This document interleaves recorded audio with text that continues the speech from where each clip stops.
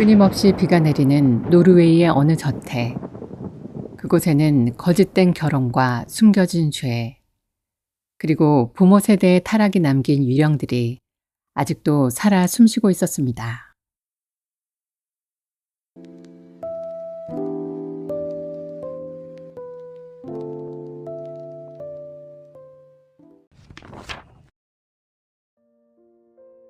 안녕하세요. 소리로 넘기는 책장입니다.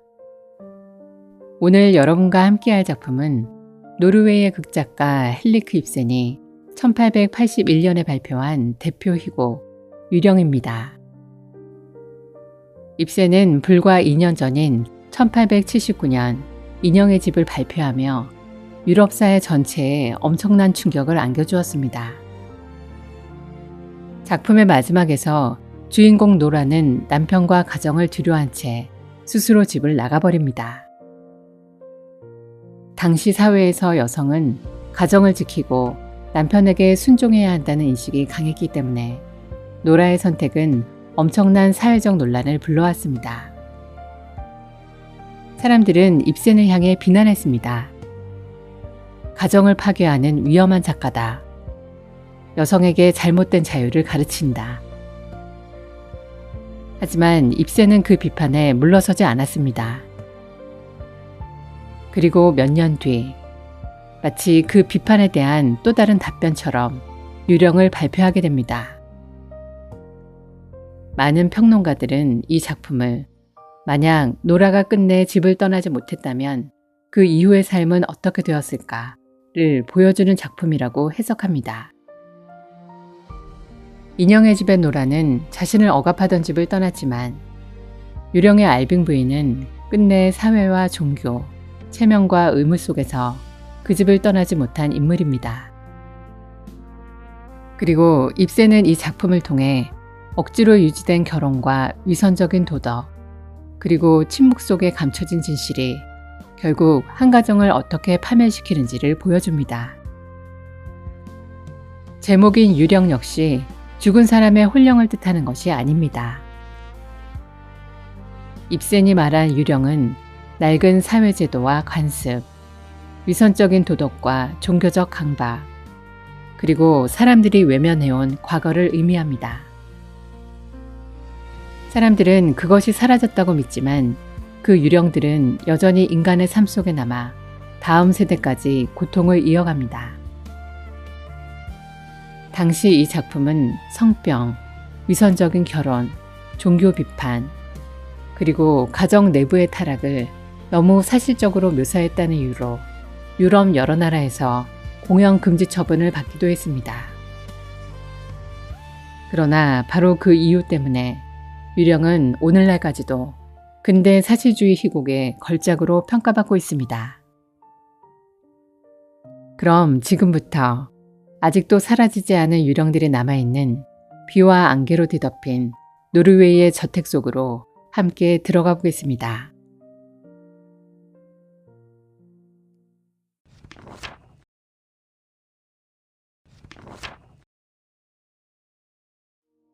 (19세기) 후반 노르웨이의 음산한 해안가 마을. 바다에는 짙은 안개가 깔려 있었고 차가운 비가 하루 종일 저택의 창문을 두드리고 있었습니다. 그 마을에는 알빙 가문의 오래된 저택이 자리하고 있었습니다. 그 집에는 남편과 사별한 중년의 알빙 부인이 살고 있었습니다.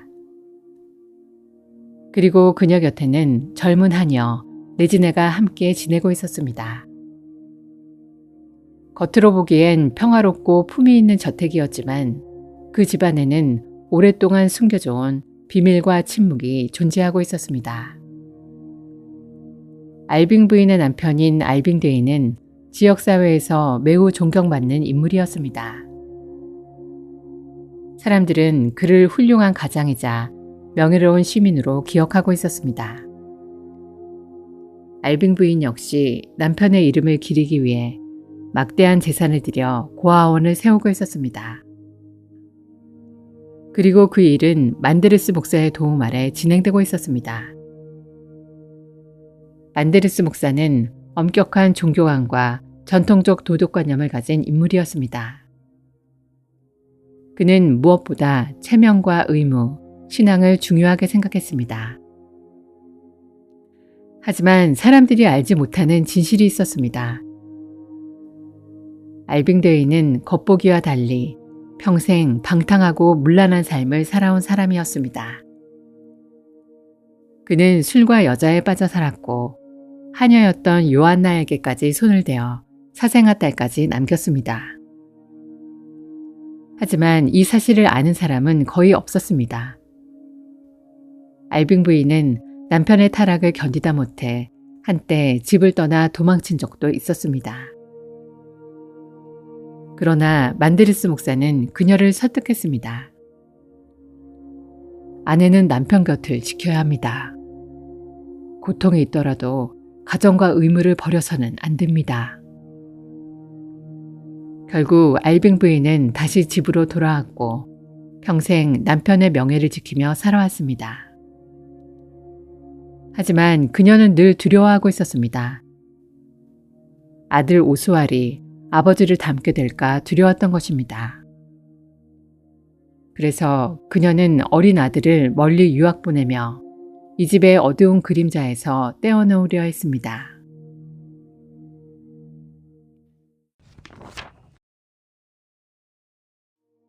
그러던 어느 날 오랫동안 해외에서 지내던 아들 오스왈이 집으로 돌아왔습니다. 그는 프랑스 파리에서 예술을 공부하며 살아온 젊은 화가였습니다. 자유로운 사고방식과 감성을 가진 청년이었지만 그의 얼굴은 몹시 창백했고 몸은 어딘가 쇠약해 보였습니다. 오스왈은 집안을 둘러보며 말했습니다. 이 집은 여전히 숨이 막히는군요. 그 말에 알빙 부인은 조용히 침묵했습니다. 오스왈은 유럽에서 살아오며 훨씬 자유롭고 개방적인 사고를 가지게 되었습니다. 그는 사람답게 살아가기 위해선 행복과 자유가 중요하다고 생각했습니다. 반면 만드르스 목사는 그의 태도를 못마땅하게 여겼습니다. 목사는 전통과 도덕, 그리고 종교적 의무 속에서 살아야 한다고 믿고 있었습니다. 오스왈이 집에 돌아온 이후 그는 레지나와 가까워지기 시작했습니다. 두 사람은 함께 웃으며 이야기를 나누었고 레지나 역시 오스왈에게 점점 마음을 열었습니다. 레지나는 늘 이 집을 떠나 더 넓은 세상으로 나가고 싶어 했습니다. 그리고 오스왈은 그녀와 함께 새로운 삶을 꿈꾸기 시작했습니다. 하지만 알빙 부인은 두 사람을 바라보며 극심한 불안에 휩싸입니다. 왜냐하면 그녀는 오스왈이 모르고 있는 진실을 알고 있었기 때문입니다. 레지나는 하녀 요한나가 낳은 사생아 딸, 즉 오스왈의 이복누이였던 것입니다.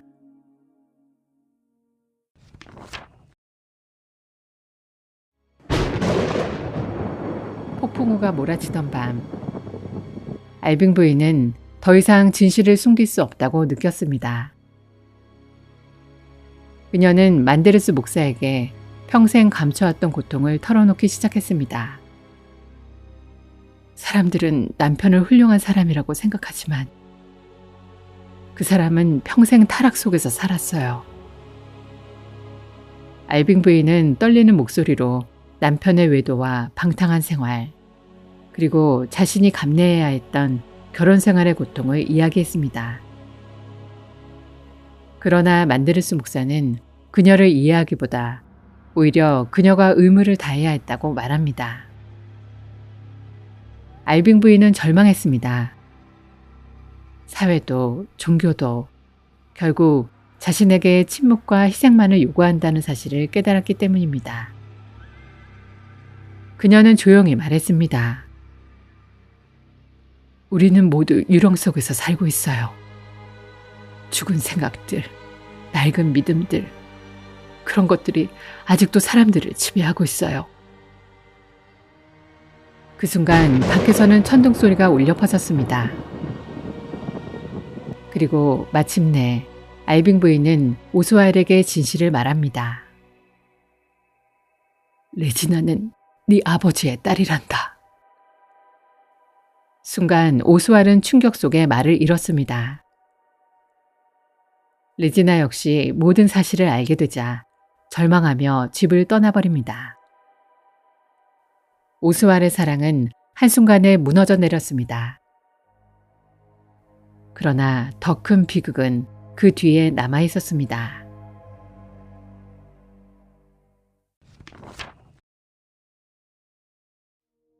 날이 밝아오기 시작했습니다. 하지만 오스왈의 상태는 점점 더 심각해지고 있었습니다. 그는 결국 어머니에게 자신의 병에 대해 털어놓았습니다. 오스왈은 떨리는 목소리로 말했습니다. 의사들은 말했어요. 제 병은 갑자기 생긴 것이 아니라고. 아버지에게서 물려받은 병이라고 했습니다. 알빙 부인은 그대로 얼어붙었습니다. 남편의 방탕한 생활과 문란함이 결국 아들의 몸과 정신까지 무너뜨리고 있었던 것입니다. 오스왈이 앓고 있는 병은 당시 사람들에게 치명적인 공포로 여겨졌던 성병, 매독으로 암시되고 있었습니다. 그 병은 점점 그의 뇌와 정신까지 파괴하고 있었습니다. 오스왈은 괴로운 얼굴로 말했습니다. 제 머릿속이 조금씩 무너지고 있어요. 전 이제 오래 버티지 못할 겁니다.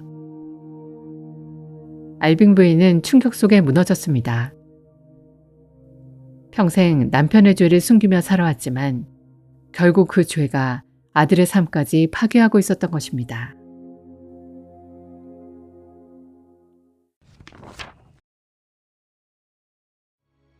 그리고 바로 그때 밖에서는 갑자기 사람들의 비명소리가 들려오기 시작했습니다. 막 완공된 고아원에 화재가 난 것이었습니다. 불길은 순식간에 번졌고 알빙 부인이 남편의 명예를 위해 세웠던 고아원은 한순간에 불타 무너져 내렸습니다. 모든 것이 허망하게 사라져버린 것입니다. 만데르스 목사는 크게 동요했습니다. 고아원에 보험을 들지 말자고 말했던 사람이 바로 자신이었기 때문입니다. 그는 이전에 알빙 부인에게 이렇게 말한 적이 있었습니다. 하나님을 믿으면서 혹시 모를 사고를 대비해 보험까지 든다는 것은 마치 신의 뜻을 의심하는 것처럼 보일 수 있습니다. 결국 알빙 부인은 목사의 말을 따랐고 고아원은 보험에 가입하지 않았습니다.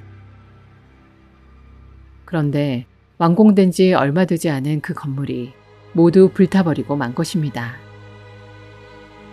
만약 사람들이 그 사실을 알게 된다면 목사의 체면과 명예 역시 무너질 수 있었습니다. 그때 협작군 앵스트란드는 목사의 불안을 눈치채고 다가왔습니다. 걱정하지 마십시오, 목사님. 제가 적당히 처리해 드릴 수도 있습니다. 결국 만데르스 목사는 평생 도덕과 신앙을 말해왔음에도 자신의 명예를 지키기 위해 비도덕적인 인간과 타협하게 됩니다. 입세는 이 장면을 통해 종교적 위선과 허망한 도덕주의를 날카롭게 비판하고 있습니다.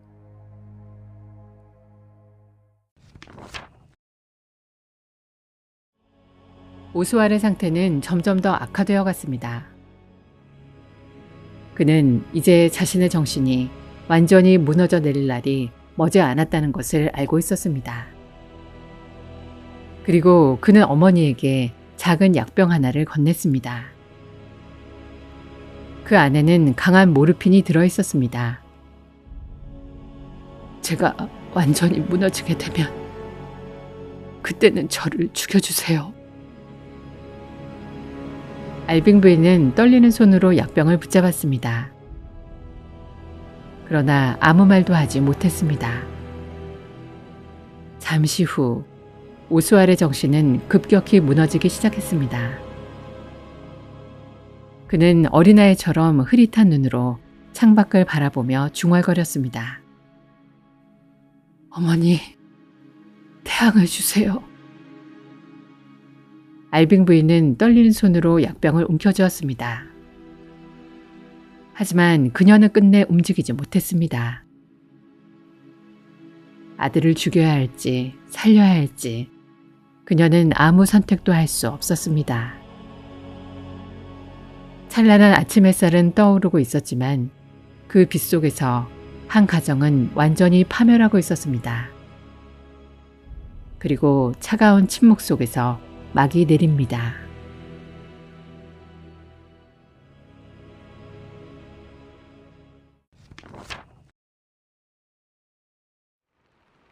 유령은 단순한 비극이 아닙니다. 입세는 이 작품을 통해 사람들을 억압하는 사회와 종교, 그리고 위선적인 도덕의 모습을 정면으로 비판했습니다. 사람들은 겉으로는 정의와 도덕을 말하지만 정작 가장 중요한 진실은 숨긴 채 살아갑니다. 그리고 그 침묵은 결국 다음 세대에까지 고통으로 이어집니다. 알빙 부인은 끝내 사회가 원하는 좋은 아내의 역할에서 벗어나지 못했습니다. 그리고 그 결과는 한 가정 전체의 파멸로 이어졌습니다. 어쩌면 입세는 인형의 집에 노라가 왜 그토록 절박하게 집을 떠나야만 했는지를 유령을 통해 다시 보여주고 싶었는지도 모릅니다. 우리가 정말 두려워해야 할 것은 죽은 사람의 혼령이 아니라 아직도 사람들을 지배하고 있는 낡은 생각과 침묵, 그리고 외면된 진실인지도 모릅니다. 그리고 입세는 그것을 유령이라 불렀습니다. 여러분은 어떻게 생각하시나요? 만약 알빙 부인이 조금 더 일찍 진실을 마주했다면 그 가족의 운명은 달라질 수 있었을까요? 소리로 넘기는 책장이었습니다. 나는 평생 숨기려 했죠. 이 집의 더러운 진실을 좋은 아내로 살아가면 모든 게 끝날 줄 알았어요.